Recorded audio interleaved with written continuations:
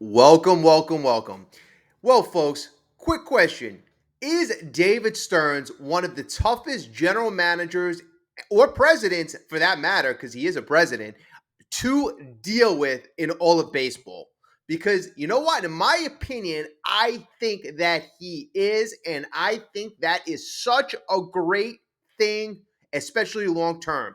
Throughout the year, obviously, David Stearns has been a general manager slash president for the last 18 months for our New York Mets. There's been some deals out there that were rumored to have, the Mets' interest, but the Mets never closed the deal.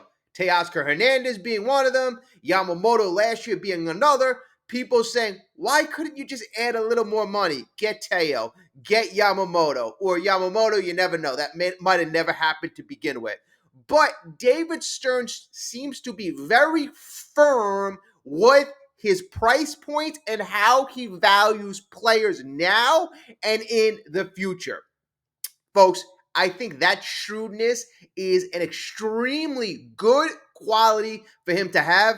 Obviously, we know he is backed by Steve Cohen, one of the wealthiest and most passionate owners in all of baseball. This combination that we have at the top of our New York Mets is rare, it's unique, and it's special. And that is why I think we are in for a very pleasant surprise in 2025 and in the future. In fact, I think we're going to be legit World Series contenders right now. Right now. All right, folks. So let's talk about a good example of stern shrewdness to begin with. Then I want to go over the performances of both Kodai Senga and David Peterson because these two pitchers are going to be monumental. Monumental. Their success will be monumental to the overall success of the New York Mets. So how they look early on in spring training, especially Senga, will be very, very important as well. All right, before we get going, as always, let's start off by the good stuff.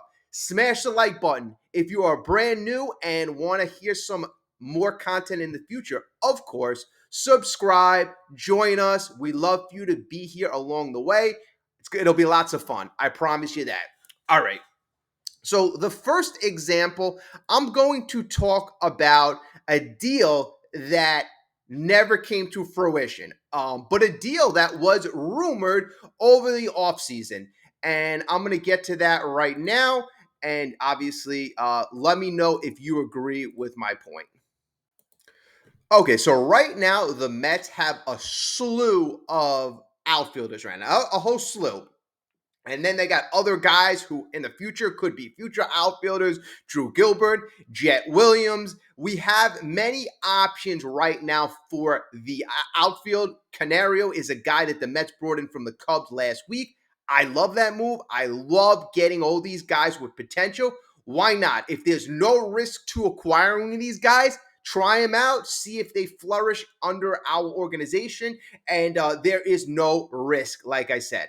But at the end of the day, it looks like we're going to have a bit of a logjam in the outfield. And that is why a guy like Starling Marte, who is in the last year of a 4-year deal, and he's making a pretty penny, $20 million a year, he's a very nice player, folks. He is a nice player. And, this is where, the Mets, I believe, are really deep. You got a lot, Jeff McNeil, if Acuna starts, Mauricio starts, Brett Beatty starts, you can have a bench of McNeil, you can have a bench of Marte, you can have a bench of Winker. The Mets are going to have good quality players up and down their lineup. I mean, even Brett Beatty fighting for the last spot on the team with Acuna. Those two guys, have a lot of talent and potential. And for those two guys to be fighting at the last spot tells you how deep this team is. Jose Siri, that's another guy. If you go back to my video in December and people were kind of disputing, oh, he's not good, he's garbage. Look at the guy. I said back then, the guy, that was a great move, great value move, $2 million.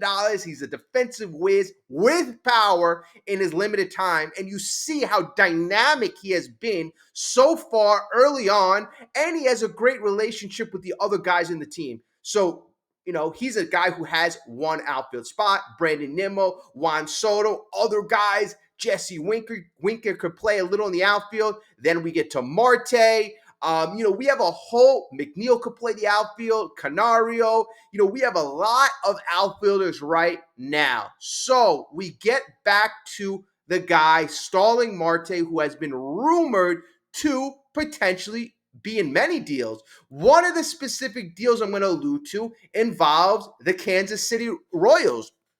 And according to Joel Sherman of the New York Post, the Royals have expressed interest in Marte early in the season. They really have.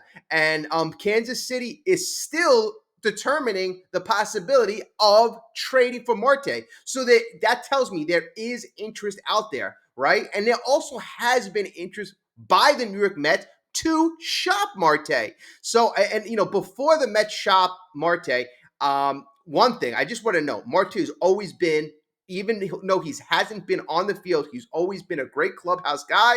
And when he's in the lineup, he's always been a very solid contributor. So why aren't the Mets just dealing him off? Another team would probably say, hey, he's an aging veteran. We already have 5 or 6 outfielders. No, this is where the shrewdness of Stearns comes into play. And this is where all you Met fans should be. Thank God I have David Stearns. David Stearns is sticking to the price tag, and that's it. He is not going below what he feels a value of Marte is. And one could argue that he has limited value, and you have a monumental depth. So why not acquire a piece? A piece could be more useful than a 6th or 7th outfielder who's always hurt. No, that's not how David Stearns approaches it. He has placed a value on Marte. The other team has to meet that value. If the other team does not meet that value, bye-bye, bye-bye. And that's what I talk about, the shrewdness of Stearns. All right, so again, what is David Stearns looking for? Apparently, he was looking for 2 relievers, 2 pitchers from the Royals. He was either looking for Hunter Harvey or Angel Zerpa of the Royals, and the Royals basically said that price is too high. The price was too high. So, Marte, he's been a positive force in the clubhouse. He has a diminished role. The thing is, it could be really kind of construed, is Marte going to have a big role on this team? So again, we get back to it. Is making a trade, is that what the Mets should be doing? Well, I think it's very good to explore, and I think the Mets should have a very decent size price. Now, who is Angel Zerpa and who is Hunter Harvey? Now, these guys, if you look at their numbers on the surface, Hunter Harvey last year didn't have the greatest year. Year before that, 4-4, 2.82. Year before that, 2-1 with a 2.52. So, besides last year, Hunter Harvey has been a very decent player. But also, to even more than that, what I see that the Mets are looking at, Hunter Harvey's 30 years old. He's a 6'3" right-hander. But they're looking at guys that can throw the ball hard and that have a propensity of getting ground balls. And that's what Hunter Harvey does. He averages a 98-mile-per-hour fastball. His ground ball percentage is close to 70%. His chase rate, 80%. He's got a four-seamer. He throws that 63% of the time. And why not? It's 98 mile per hour. And then he's got that splitter that he throws 23% of the time. It's a good out pitch, but it's also good at generating those ground balls. So that's what I noticed. They're looking at a guy in Hunter Harvey. Guy can generate ground balls, throw the ball hard, get some Ks. So pretty decent. I really like Hunter Harvey.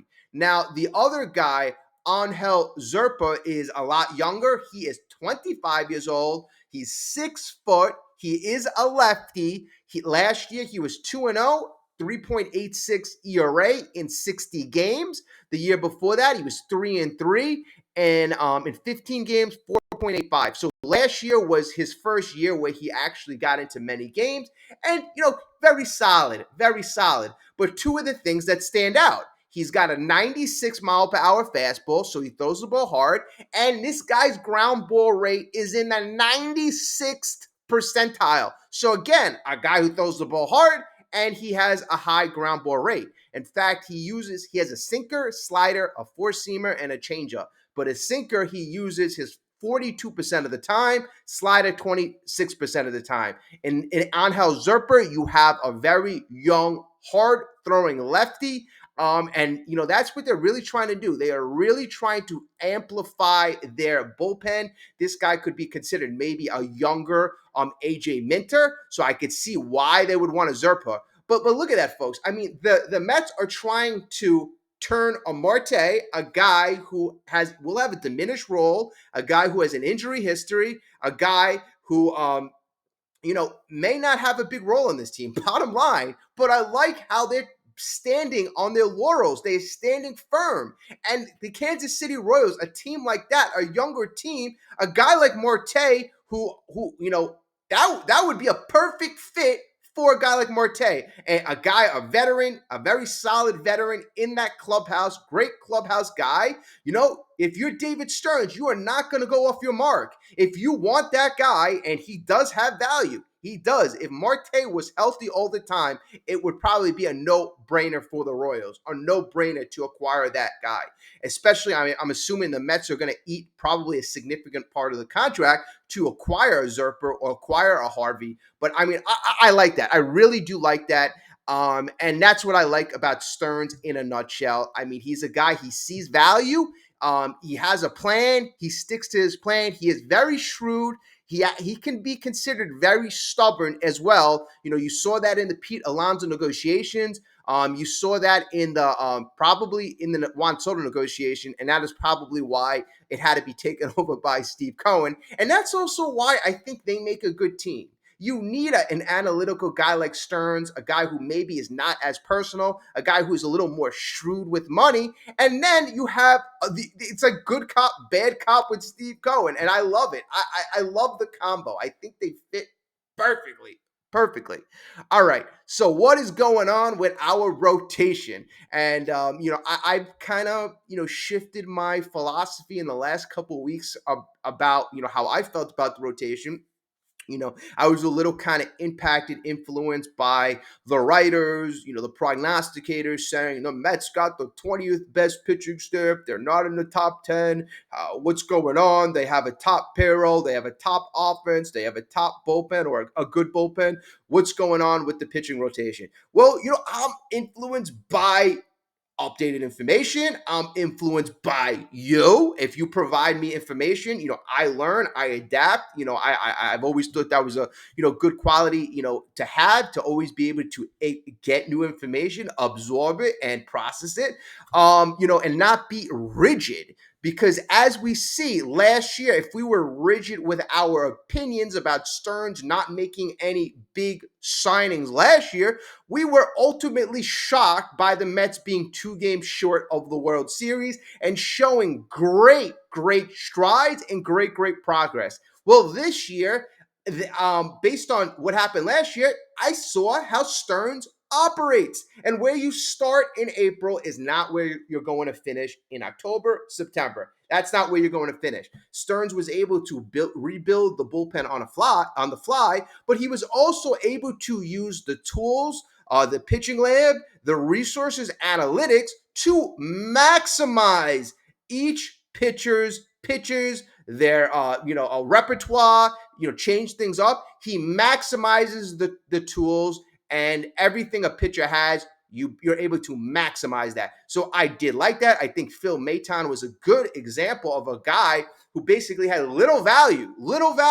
The Mets were able to maximize his control, maximize his movement. Wasn't a high velocity guy, but he was a guy who, batters didn't make hard contact off of him most of the time. There were a few times where, they were able to square it up, but that was a great thing with Maton, control, movement, and they were able to maximize his abilities. All right. So what that tells me this year is, yes, you're going to be relying on Kodai. Yes, you're going to be relying on David, Peterson, Clay Holmes. You have Montas, you have Minaya, they're out. So, I think the philosophy is we're going to not be a traditional 5-6 man rotation. If, let's say, you have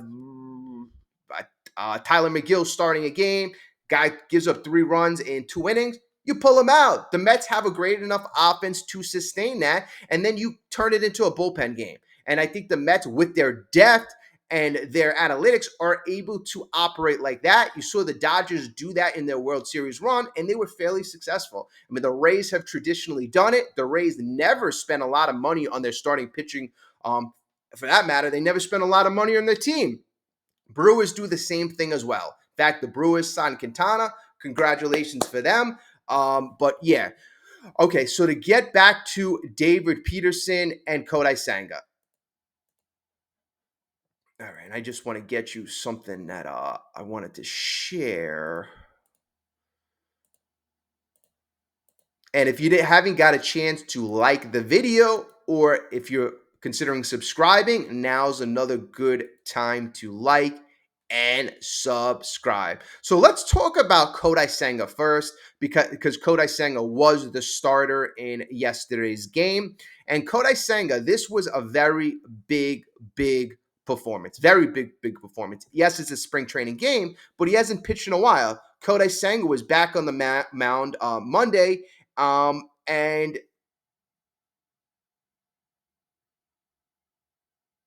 okay, so I'm sorry. He was back on the mound Monday, and obviously he had that very short season last year. It was bizarre in a way. You know, he had that 5 innings, great pitched against the Braves, coming back from an injury, then gets hurt, and he's out until he pitches towards the end of the year, has a bad performance in the playoffs, and you never really see him again. Okay. All right. So Senga's 2025 began with the determination to return to action, an evolved arsenal, and 2 strong scoreless innings yesterday. Finally, he was able to go out there in real competition, said Mendoza, and watched Senga look sharp with a different repertoire. The Senga was not allowed a third inning, instead throwing 12 pitches on a bullpen mound after his 2 frames. So after the 2 frames, he threw an extra 12 pitches. And, I think that's what you want to do. You basically want to make sure you limit the guy. And even though he's feeling good, you don't want him to throw a meatball over the plate because he's tired, or you don't want him to hurt himself because he's trying to get somebody out in a meaningless late game. So just very pleased that I'm able to get that out there if healthy, Senga said through an interpreter. Senga will always be known for his ghost forkball, but he showed off a new sinker that gives him a new way to attack right-handed hitters. And folks, of note, the Mets, that is philosophy. The Mets philosophy is they're going to attack this year. Last year, again, I keep repeating this, the Mets were almost first in the league in walking guys. I think Chicago White Sox were number 1, Mets were number 2. So way too many walks. This year, the pitchers have been attacking, and the Mets' overall philosophy is the guys throwing hard and this sinker getting the batters to hit the ball on the ground. Obviously, if they generate a lot of ground balls, that eliminates the chance of a home run. So I like that. So Kodai Senga is starting something new. The sinker is probably going to take stress. I think that the ghost fork, it takes a lot of torque on the elbow. So he threw the pitch 3 times, 2 balls and a foul ball. And now he has a way to run the ball in on right-handed hitters. Very important. It's a dangerous pitch, Mendoza said of that. So he also threw a 2-seamer. He can manipulate the fastball in a lot of different ways. So he's got a 2-seamer and he's got a sinker. Senga also worked on a tweaked slider that induced a violent whiff on a strikeout from Otto Lopez. Of his 31 pitches, 20 were strikes. He touched 96 miles per hour with his 4-seam. He used just 1 ghost fork against Derek Hill. And folks, I think that's significant. First of all, I think right now you want him to build up his arm. Again, the ghost fork you need a feel for that. It puts a lot of torque on his I think it puts a lot of torque and strain, and that's why he's trying to develop a lot of these other pitches. He allowed just 2 base runners and struck out 2 while inducing 5 swings and misses. He had to scramble to cover first base on what became an infield single and did so without incident. Thank God. I was watching that play. Everything was positive from a pitcher who hopes his repertoire becomes a subject of conversation rather than his health. And folks, we all hope that. We all hope that this guy, we got to kind of just cross our fingers because he is going to be, again, a monumental part of this rotation success. Senga looked overall strong, and the Mets can hope he begins to look like the potential ace that they need him to be. All right.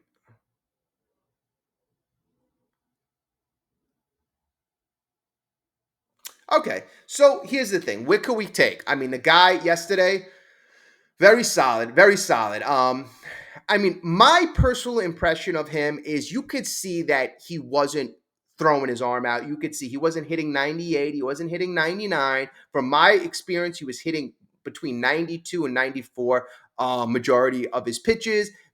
Two or three pitches, he got into the 95, 96 range. In fact, I didn't even see the 96, but if the New York Post says he hit 96, I believe them. But he wasn't throwing with the velocity that he threw last year and the year before that, which is fine. You got to build up your arm.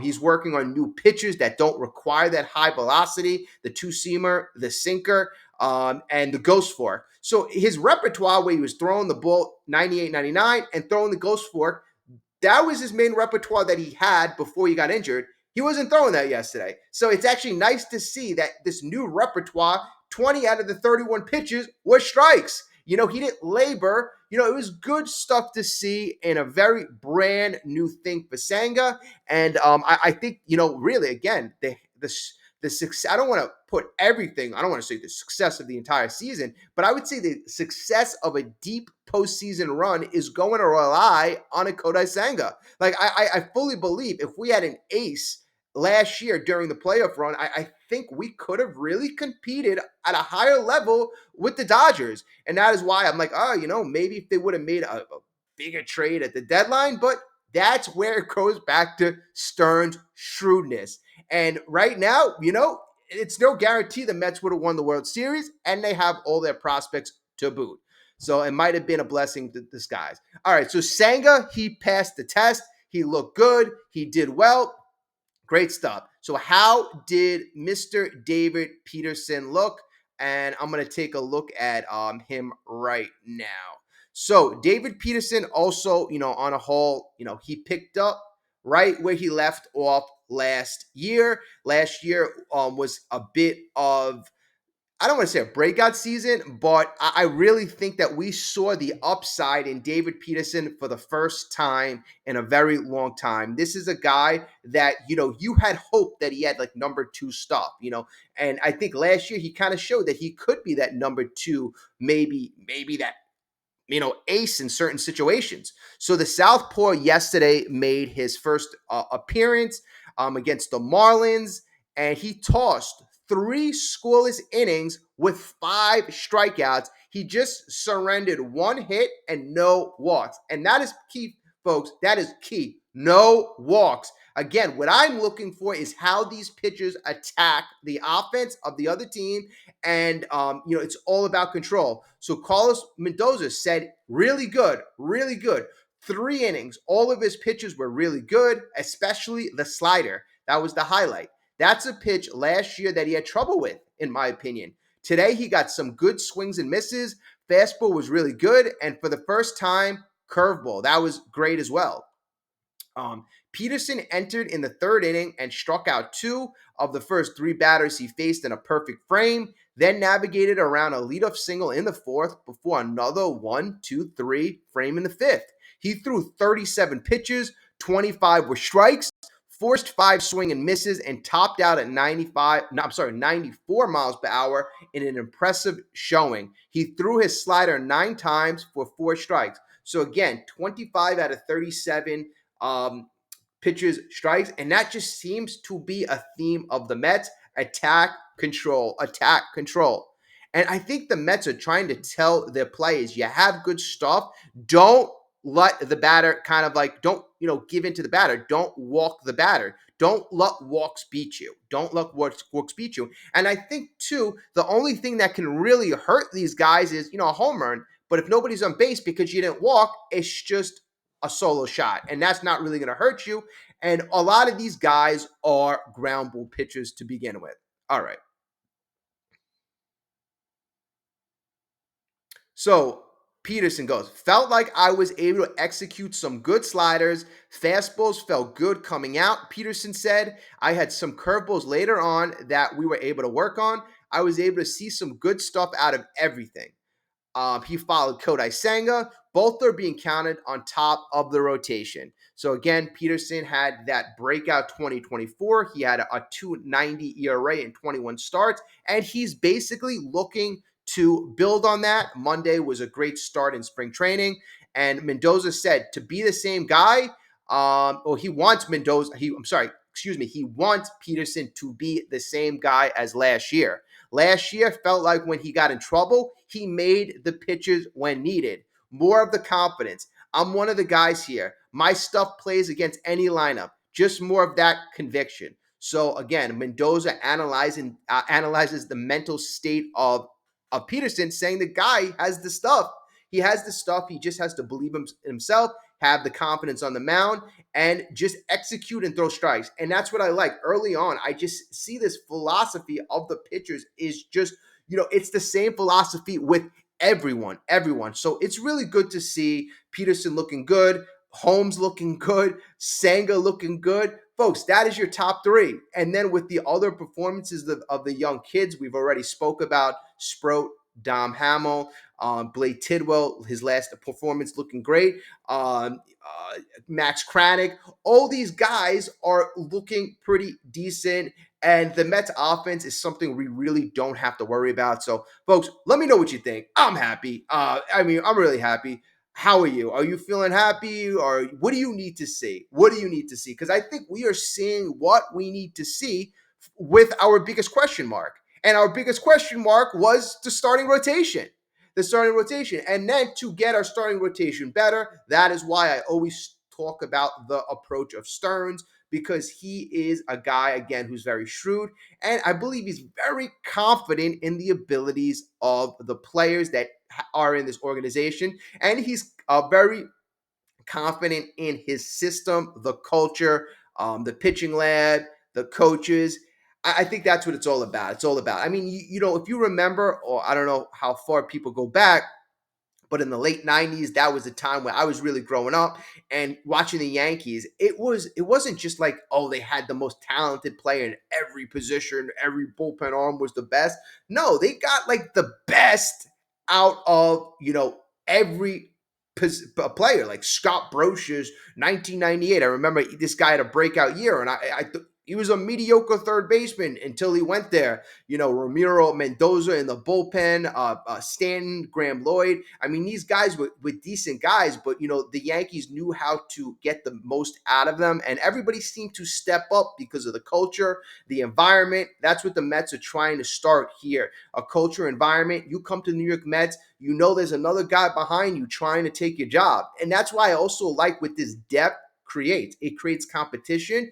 People know that they have to play at a high level, always improve, always, try to strive to get better because there's somebody else behind you trying to get your job. I mean, that is something I like as well.